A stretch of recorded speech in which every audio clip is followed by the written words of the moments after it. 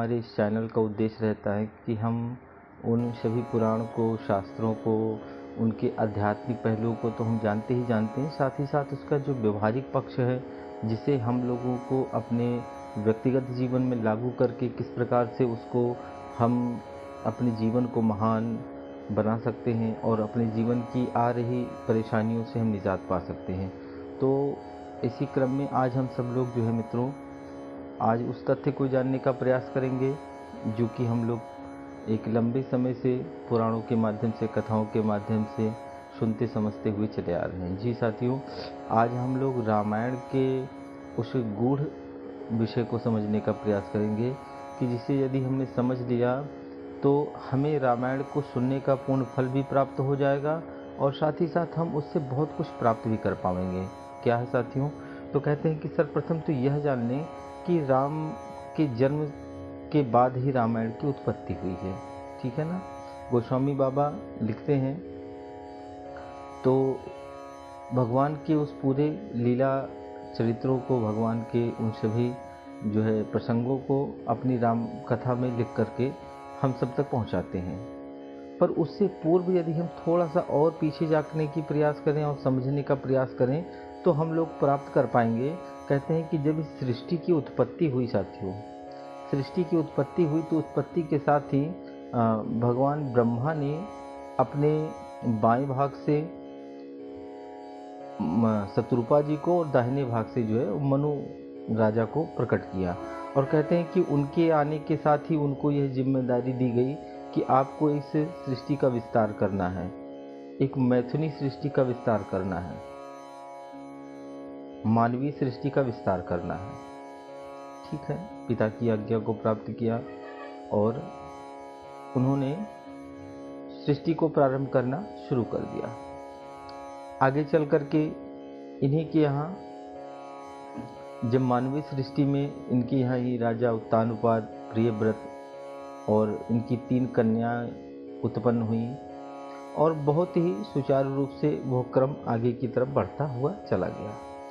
समय तब आया मित्रों, कहते हैं कि जब मानव की उस यात्रा को बढ़ते बढ़ते काफ़ी ज़्यादा समय निकल गया तो मनुष्य क्या हुआ, शुरुआती में तो बढ़िया था, सब कुछ अच्छा था, ठीक था, पर जैसे जैसे समय और काल का प्रभाव होता गया तो व्यक्ति को धीरे धीरे भीतर विकृतियां आनी शुरू हो गई। अपने पथ से व्यक्ति भ्रष्ट होना शुरू हो गया। आसुरी तत्वों की प्रभुत्ता बढ़ने लग गई। अब जो मनुष्य जन्म लेने लगे और जन्म के साथ में उन लोगों को अंदर क्या हुआ, वह तत्व आने प्रारंभ हो गए। अब इसके लिए क्या किया जाए? चूंकि मनुष्य के जन्म के प्रदाता कहे जाते हैं महर्षि मनु, महाराज मनु की हम लोग संतान कहलाते हैं और इसीलिए हम लोग मनुष्य भी कहलाते हैं। अब उनको बड़ी चिंता हुई तो उन्होंने क्या किया कि एक शास्त्र की रचना करी, एक पुराण की रचना करी, एक पुस्तक की रचना करी, जिसको हम लोग जानते हैं महाराज मनु के द्वारा वो रचित ग्रंथ है और उसको हम मनु स्मृति कह करके पुकारते हैं। उन्होंने क्या किया कि उस मनुष्य जीवन के जो मापदंड होने चाहिए, जो पैरामीटर होने चाहिए, जो नीति नियम होने चाहिए, जो सिद्धांत होने चाहिए, जो मर्यादाएं होनी चाहिए, जो मनुष्य को एक देव मनुष्य, एक महामानव, एक श्रेष्ठ पुरुष बनाने का सूत्र है, वो सारी बातें उन्होंने अपने उस ग्रंथ में लिखा। क्योंकि मनुष्य को जन्म देने के साथ में उन्होंने उस ग्रंथ को भी दिया कि व्यक्ति जब शिक्षित होगा, समझदार होगा और इन सूत्रों को जानेगा, सुनेगा, समझेगा तो निश्चित रूप से वो अपने मूल्य को समझेगा, अपने कर्तव्य को समझेगा, अपने स्वरूप का भान होगा और वो देवत्व को प्राप्त हो जाएगा। इस उद्देश्य से उन्होंने उस पुराण की रचना करी। परंतु कहते हैं कि उस पुराण की रचना के बाद भी उनको जो है संतुष्टि नहीं मिली। राजा मनु को जो है वो संतुष्टि नहीं मिली। संतुष्टि यूँ नहीं मिली कि लोगों ने, आज मनु स्मृतियों का नाम तो सभी लोग सभी जानते हैं साथियों, पर यदि यह लोगों से पूछा जाए कि आप में से कितने लोगों ने मनु स्मृति का अध्ययन कर रखा है तो शायद 100 में कोई 1-2 शायद आपको मिलेंगे ऐसे लोग। तो हुआ क्या कि उस मनुस्मृति को लिख करके उन्होंने, राजा ने जो है रख तो दिया, पर लोगों ने उसका अध्ययन नहीं किया और न उस पथ पे लोग चलने के लिए तैयार हुए। अब चूंकि राजा होने के नाते, एक पिता होने के नाते, मनुष्यों के कर्ता होने के नाते उनको इस बात की बड़ी चिंता हुई कि अब ऐसा क्या किया जाए कि जिस वजह से यह मानवता अपने मूल स्वरूप को समझ पावे और साथ ही साथ अपने जो है उद्देश्य को पहचान पावे और भगवत तत्व को प्राप्त कर पावे, जीवन की सार्थकता को प्राप्त कर पावे। क्या किया जाए? तब उन्होंने क्या किया कि अपने राजपाट का जो है वो त्याग किया और महारानी शत्रुपा को अपने साथ लेकर के और नैमिष तीर्थ में जाकर के उन्होंने जो है वो साधना शुरू करी, अपनी तपश्चर्या को जारी रखा। वहाँ उन्होंने कठिन साधना करी। 23,000 वर्षों तक जो है महाराज मनु और महारानी शत्रुपा ने जो है, कहते हैं कि 23,000 वर्षों तक उन्होंने साधना करी। उनकी उस कठोर साधना से प्रसन्न होकर स्वयं ब्रह्म परमात्मा ही आकर के प्रकट हुए और कहा कि महाराज, हम आपकी इस साधना से अति प्रसन्न हैं और अब आप बतलाएं आप क्या चाहते हैं। वैसे तो आप इस धरती के राजा स्वयं हैं। राजपाट, धन, वैभव, यश, कीर्ति, मान, सम्मान, पद, प्रतिष्ठा, चीजें तो सब कुछ आपके पास है। पुत्र पौत्र भी है आपके पास में, ऐसा भी नहीं है, क्योंकि यह सृष्टि ही आपके द्वारा जो है, मैथिली सृष्टि का ही निर्माण आपने किया है, आपके द्वारा ही संचालित हुई है। तो ना तो पुत्र की कमी है, ना धन वैभव की कमी है, किसी बात की कमी नहीं है। सर्वत्र आपका ही यश है, वैभव है। फिर आपने इतनी कठोर साधना की है तो क्या, क्यों किया है? तब राजा मनु कहते हैं कि हे प्रभु, मैं चाहता हूँ, चाहूँ तुम्हि समान सुत, प्रभुषण कवन दुराव। हे प्रभु, मैं अब आपके जैसा पुत्र चाहता हूँ। पुत्र तो है मेरे पास में, पर मैं आपके जैसा पुत्र चाहता हूँ। अच्छा जी, भगवान प्रसन्न हुए। पुत्र मांगने का तात्पर्य आपको ही मांगता हूँ, अर्थात परमात्मा को मांगता हूँ, ईश्वर को चाहता हूँ। भगवान प्रसन्न हुए और कहा कि ठीक है। क्या उद्देश्य था? उद्देश्य यही था कि एक ऐसा पुत्र हमारे यहाँ जन्म लेना जो उस मनु स्मृति के जो लिखी गई बातें हैं ना, जो मनुष्य के पैरामीटर को जो प्रमाणित करती हैं, जो उसके मापदंड को जो है जी करके दिखाए। अभी तक तो सिर्फ लिखी हुई बातें हैं, है ना, जो उस बातों को जी करके प्रैक्टिकल रूप से उसको जो है ना, उसको करके दिखाए। ऐसे पुत्र की आवश्यकता है जो मानव की परिभाषा को परिभाषित करता हो, जो एक श्रेष्ठ पुत्र, एक आदर्श पुत्र, जो एक ऐसा मर्यादित जीवन जीने वाला व्यक्तित्व कि जो एक सही मायने में मनुष्य की जो है वो परिभाषा को परिभाषित करता हो। भगवान समझ गए कि महाराज मनु की क्या कामना है और स्वयं भगवान राम जो है वो राजा मनु के यहाँ पुत्र रूप में आकर के उपस्थित हुए। मित्रों, जब भगवान आए तो भगवान ने कहा कि महाराज इस समय तो मैं नहीं आ सकता हूँ, अगले मनवंतर में जब आप महाराज दशरथ के रूप में और आप माता कौशल्या के रूप में आपका जन्म होगा, आप जो है अयोध्या के राजा बनेंगे। वही हो मैं तुम्हार सुत, जब तुम बनी हो अवध भुआल, है ना, ऐसा बाबा लिखते हैं कि आप जब इस अवध के राजा बनेंगे, आप वहाँ की महारानी बनेंगी, तब मैं आपका पुत्र बन करके आऊँगा अगले मनवंतर में। और अगले मनवंतर में फिर भगवान आते भी हैं, वही राजा मनु दशरथ के रूप में प्रकट होते हैं और महारानी शत्रुपा कौशल्या के रूप में प्रकट होती हैं। उनके यहाँ ही वो चतुर्भुजी नारायण 4 पुत्रों के रूप में प्रकट होते हैं।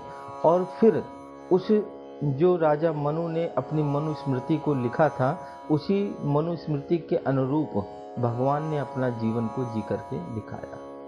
एक मानव की क्या परिभाषा होती है, एक मनुष्य की क्या, अपने मनुष्य को उच्चतम शिखर में ले जाकर के किस प्रकार स्थापित करता है व्यक्ति, एक आदर्श पुरुष की क्या होनी चाहिए, एक एक नारी का क्या धर्म होना चाहिए, एक पुत्र का क्या धर्म होना चाहिए, एक मित्र का क्या धर्म होना चाहिए, उन सारी जो है वो सामाजिक मर्यादाओं को, लौकिक मर्यादाओं को जो है भगवान ने अपने व्यक्तिगत जीवन में वो परमेश्वर होकर के, परमात्मा होकर के भी उन्होंने वो मानवीय गुणों को जिया और जी करके, चरितार्थ करके हम लोगों के सामने प्रस्तुत किया। मित्रों, बाबा लिखते हैं कि राम जन्म के हेतु अनेका, परम विचित्र एक ते एका। भगवान के जन्म के एक नहीं अनेकों कारण हैं साथियों, पर उनमें से एक कारण यह भी है कि भगवान ने इस मनुष्य को मनुष्यता सिखाने के लिए, वो आचार संहिता सिखाने के लिए, वो मानवता के पाठ को पढ़ाने के लिए, वो मनुष्य को ऊंचा उठाने के लिए भगवान ने उन सारे सूत्रों को समझाने के लिए हम लोगों के बीच में वो राम के रूप में आए, अवतरित हुए प्रभु। और आज हम लोग उनकी तो खूब पूजा करते हैं, बड़ी श्रद्धा से उनकी पूजा करते हैं, नमन करते हैं, पर बड़े दुख की बात है कि जिस उद्देश्य से भगवान ने आकर के इस धराधाम पे जन्म लिया, जिस उद्देश्य के कारण उन्होंने आकर के मानव रूप धारण करके अपना जो है वो लीला करी, उस भगवान के उस तथ्य को हम लोग मित्रों ना तो समझ पाए। हमने केवल क्या है वही प्रतीक पूजा तक ही सीमित रह गए। हमने क्या है लकीर की फकीर बन करके रह गए, जबकि वो भगवान का जो जन्म था वो जन्म ना तो राक्षसों को मारने के लिए था। क्यों? आप देखिए ना, रामचरितमानस को पढ़ करके देखें तो आपको मिलेगा कि रामचरितमानस में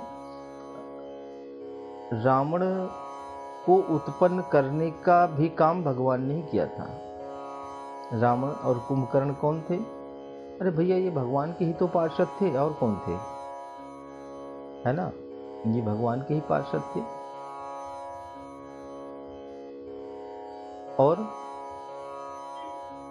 भगवान ने इनको जन्म दिया तो रावण जैसा परम विद्वान आदमी, आप देखिए, परम विद्वान, चारों वेदों का ज्ञाता और परम विद्वान, बलशाली, धन वैभव में सोने की नगरी में रहने वाला देवता, जिसके चाकर नौकरी करते हैं, ऐसा परम तपस्वी ऋषि पुत्र।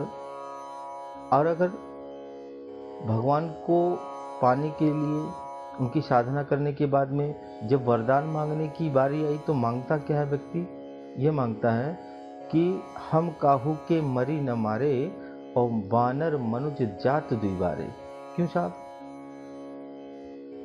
कहा दोनों से ही मुझे डर नहीं है। क्यों?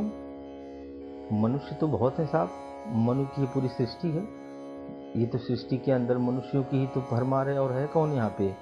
तो आपको मनुष्यों से डर नहीं लगता? रावण ने कहा नहीं, मैं उसको मनुष्य मानता ही नहीं हूँ। क्यों?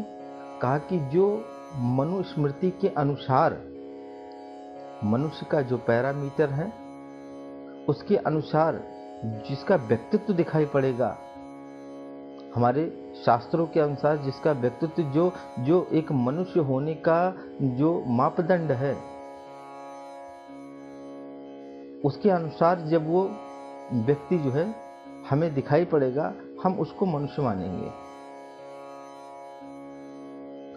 मनुष्य का शरीर में तो आपको एक नहीं हजारों करोड़ों लोग मिल जाएंगे, पर मनुष्य के भीतर उसके जो है ना वो सिद्धांत, वो नियम, वो मर्यादाएं, उन बातों को व्यक्ति के जीवन में घटित होता हुआ भी दिखाई पड़ना चाहिए। तो इसलिए उस परम विद्वान ने जानता था कि मनुष्य जरूर है, मनुष्य का देह प्राप्त करके लोग हजारों की संख्या में हैं, पर मानवता के सिद्धांतों को सिद्ध करते हुए, उन वैदिक सिद्धांतों को परिपूर्ण करते हुए कोई ऐसा व्यक्ति तो अभी तक है नहीं। तो उसने कहा कि जब ऐसे लोग हैं ही नहीं तो निश्चित है कि मेरी मृत्यु भी असंभव है। तब भगवान ने आकर के वो मानवीय जीवन को कैसे सार्थकता को प्राप्त किया जा सकता है, इस बात के लिए भगवान ने मर्यादा पुरुषोत्तम के रूप में इस धराधाम पे जन्म लिया।